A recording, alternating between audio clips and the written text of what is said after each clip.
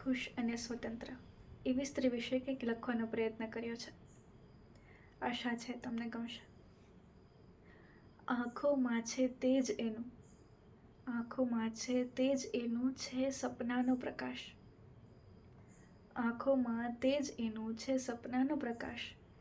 દરેક પગલામાં છલકે છે આકાશનો આત્મવિશ્વાસ.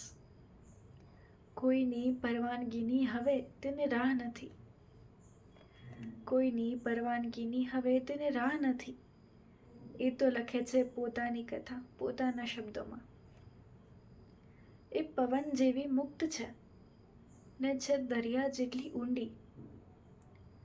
પવન જેવી મુક્ત છે ને છે દરિયા જેટલી ઊંડી. કોઈ જ રોકી શકે નહીં એને, દિવાલ કે કોઈ કુંડી. એ હસે છે જાણે હાસ્ય એનું હથિયાર છે. દુઃખમાં જાણે એ પોતે એક જ શાસક છે. કોઈની છત્રછાયા નહીં, પોતાનું છે આખું જ ગગન. કોઈની છત્રછાયા નહીં, પોતાનું છે આખું જ ગગન. અવનવા રંગોથી રંગે છે હવે એ જીવન.